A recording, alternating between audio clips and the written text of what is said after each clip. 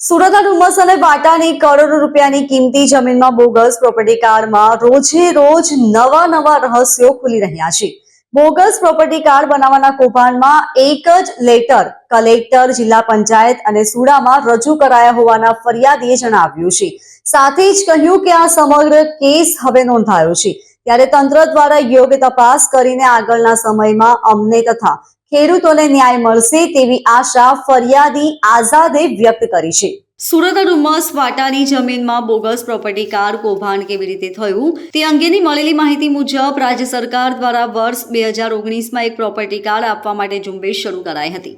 આ ઝુંબેશમાં અંદાજે 50,000થી વધુ પ્રોપર્ટી કાર્ડ બન્યા હતા. આ કાર્ડમાંથી સુરતના ડુમસના બ્લોક નંબર 815, 801/2, 803, 804, 823, 787/2 અને વાટાના બ્લોક નંબર 61 વાળી જમીનના પણ અલગ અલગ 327 જેટલા પ્રોપર્ટી કાર્ડ બન્યા હતા. આ જમીન બિન ખેતીની થઈ ન હતી, જેથી આ પ્રોપર્ટી કાર્ડ ખોટી રીતે બન્યા હોવાની ફરિયાદ સિટી સર્વે સુપ્રિન્ટેન્ડન્ટ 1ના અધિકારી અનંત પટેલે ઉપરી અધિકારી એવા નાયક નિયામક કાનાલાલ ગામિતને કરીને પ્રોપર્ટી કાર્ડ ફ્રીઝ કરવા જાણ કરી હતી. તેમજ આ અંગે ગાંધીનગર ખાતે લેન્ડ રેકોર્ડ વિભાગમાં ઉચ્ચ અધિકારીને લેખિતમાં જાણ કરી હતી, જેથી આ મુદ્દે તપાસ શરૂ કરવાની સૂચના અપાઈ હતી. જેથી તપાસ દરમિયાન ડુમસ અને વાટા ગામની જમીનના પ્રોપર્ટી કાર્ડ માટે સુરત જિલ્લા પંચાયતમાંથી વર્ષ 2005માં બિન ખેતીનો હુકમ થયો હોવાનું કોમ્પ્યુટર ડેટામાં દર્શાવાયું હતું, જેથી જિલ્લા પંચાયત પાસે અભિપ્રાય મંગાતા બિન ખેતીનો આવો કોઈ હુકમ ન થયો હોવાનું જણાવાતા વર્ષ 2020માં તાત્કાલિક જિલ્લા કલેક્ટર ધવલ પટેલે આ તમામ 327 પ્રોપર્ટી કાર્ડ ફ્રીઝ કરી દેવાનો હુકમ કર્યો હતો. તેમજ આ અંગે સરકારને જાણ કરીને મંજૂરી માંગવામાં આવી હતી.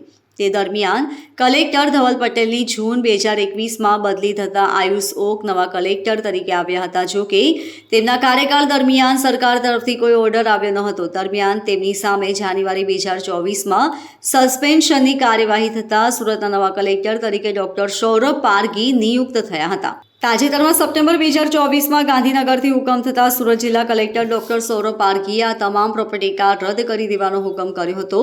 જમીનની મૂળ સ્થિતિ લાવી દેવામાં આવી હતી.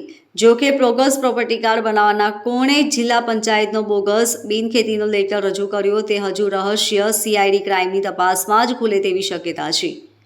CID ક્રાઇમ બ્રાન્ચ દ્વારા બોગસ પ્રોપર્ટી કાર્ડ અંગે થયેલી ફરિયાદ વિશે મળેલી વધુ માહિતી મુજબ ડુમસ પટ્ટીના 3 ગામો ડુમસ, વાટા અને ગવિયરના વર્ષ 2019માં કુલે 34 બ્લોક નંબરના 327 બોગસ પ્રોપર્ટી કાર્ડ જિલ્લા પંચાયતના બિનખેતીના ઓર્ડરના આધારે બની ગયા હતા અને તે રદ પણ કરી દેવાયા છે. આમ જિલ્લા પંચાયતનો ઓર્ડર ક્યાંથી આવ્યો તે પણ એક તપાસનો વિષય બન્યો છે. મારું નામ આઝાદ ચતુરભાઈ રામોલિયા છે.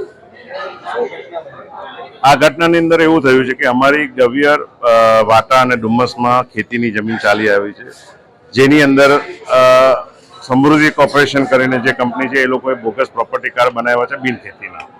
આની રજૂઆત અમે લોકોએ 2022થી કલેક્ટરમાં કરી હતી, મહેસૂલમાં કરી હતી, પછી અમે લોકોએ પોલીસ કમિશનરમાં પણ કરી અને ઇકોસેલમાં પણ કરી હતી, પણ અમને ત્યાં ન્યાય ના મળ્યો તો અમે લોકો ગયા મુખ્યમંત્રી પાસે.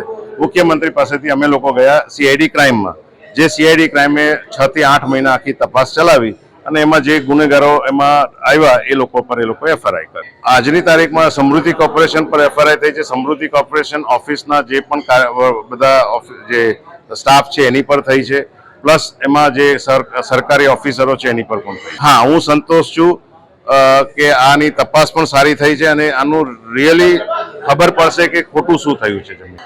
એની અંદર એવું હતું કે અમે લોકોએ જ્યારે 2023માં એક ફરિયાદ કરી પોલીસ કમિશનરમાં અને ઇકોસેલમાં પ્રોપર્ટી કાર્ડ માટે, તો અમારી ફરિયાદ દફતરે કરી અને તરત જ એ લોકોએ અમારી પર FRI કરી હતી અને એ FRI સામે અમે લોકો હાઈકોર્ટમાં ગયા અને હાઈકોર્ટે અમને એમાં આગોતરા આપી દીધા અને કીધું એમાં બધું મેન્શન કરેલું છે કે શું છે. એ અગેન તપાસનો વિષય છે. આમાં બધાની તપાસ થશે અને મને લાગે છે કે આમાં જે સત્ય છે એ બહાર આવશે. Bureau report LK star news, Surat.